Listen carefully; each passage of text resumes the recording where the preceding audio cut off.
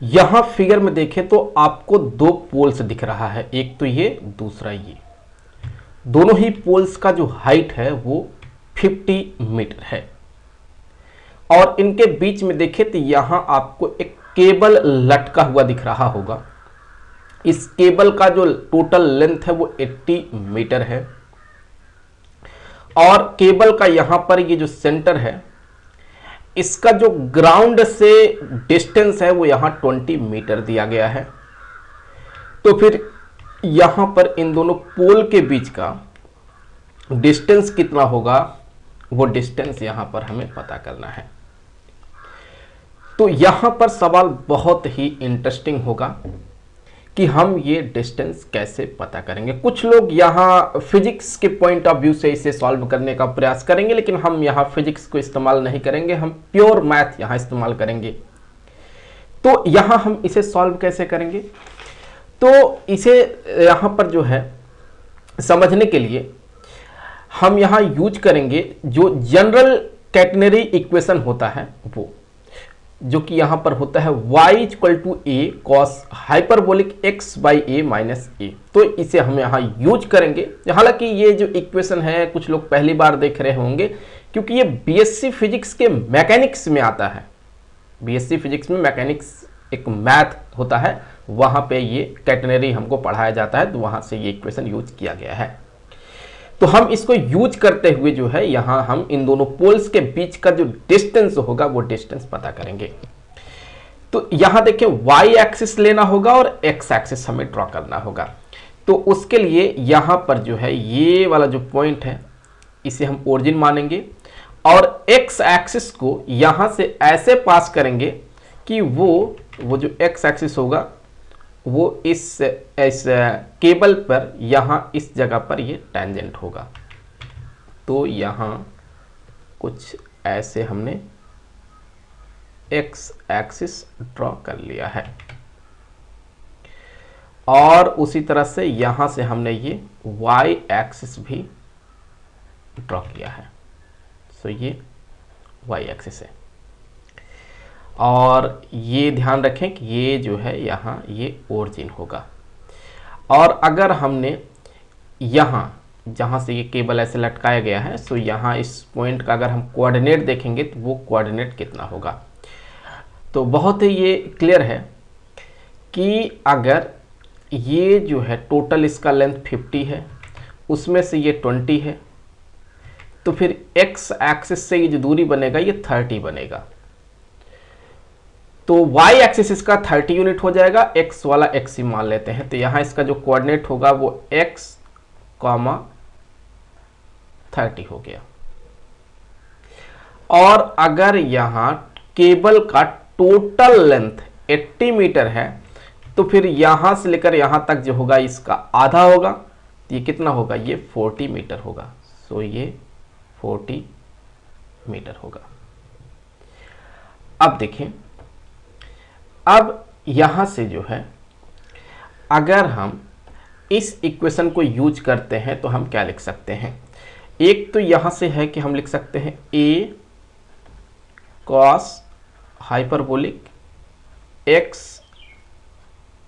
By a, ये equal हो जाएगा y plus A.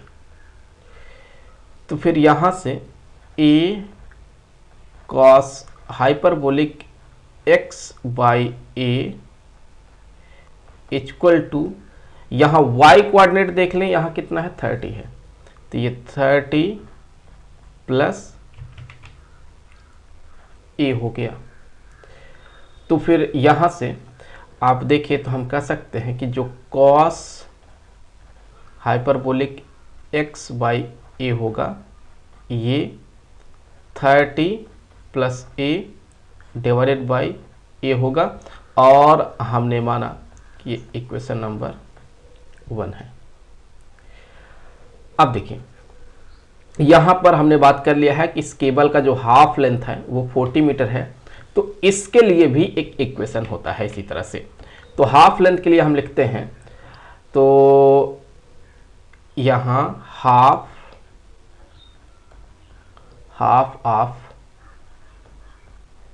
Cable length a sine hyperbolic x by a equal to ये जो length है कितना है, आधा लेंथ कितना है 40 है, तो ये हो गया 40। तो फिर यहां से sine hyperbolic x by a equal to 40 by a, ये इक्वेशन नंबर हो गया कितना 2। तो इस तरह से यहां पर हमने दो इक्वेशन बनाया है। मैं आपको बता देता हूं कि यहां पर एक प्रॉपर्टी ये भी होता है इसका कि cos hyperbolic square T minus sine hyperbolic square T का जो वैल्यू होता है ये 1 निकल के आता है। तो इस हिसाब से अगर आप यहां इन दोनों इक्वेशन को अप्लाई करें, यहां वैल्यू पुट करें, तो आप ये पाएंगे कि इस लॉजिक से आप ये पाएंगे कि यहां इन दोनों इक्वेशन से हम ये कह सकते हैं कि 30 प्लस ए डिवाइडेड बाई ए का होल स्क्वायर माइनस में 40 डिवाइडेड बाई ए का होल स्क्वायर, ये इक्वल हो गया 1 के। अब इसे अगर आप सॉल्व कर लेते हैं तो आप पाएंगे कि ए का वैल्यू आ जाएगा 35 बाई 3। तो यहां से हमें ए का वैल्यू मिला है।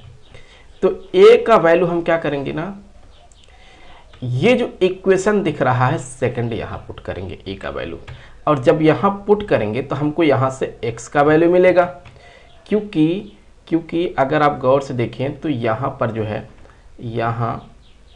यहां से लेकर के यहां तक का वैल्यू x है। अगर ये x मिल जाए तो फिर यहां से लेकर यहां तक का भी x होगा, तो उसी x का दुगुना कर देंगे तो हमें दोनों पोल्स के बीच का डिस्टेंस मिलेगा। तो यहां से x हमें कैलकुलेट करना है, तो उसके लिए यहां इक्वेशन 2 यूज करेंगे। तो फ्रॉम इक्वेशन जो 2 है यहां इसमें हम a का वैल्यू अगर इंसर्ट करते हैं तो क्या बन जाएगा, साइन हाइपरबोलिक ये हो जाएगा a का वैल्यू ये डालेंगे तो हो जाएगा 3x divided by 35 equal to ये हो जाएगा 40 इंटू में 3 डिवाइडेड बाय 35। कैलकुलेट कर लिया जाए तो x का जो वैल्यू निकल के आता है वो लगभग यहाँ से 22.7 मीटर आता है। The distance between the two poles जो होगा इसका ट्वाइस होगा, तो हम कह सकते हैं इसलिए कि the distance between two poles is equal to 2x अर्थात 2 इंटू 22.7, तो लगभग यहाँ से आपको वैल्यू मिल जाएगा 45.4 मीटर। तो इस तरह से हमने दोनों पोल्स के बीच का जो डिस्टेंस है वो डिस्टेंस पता किया है।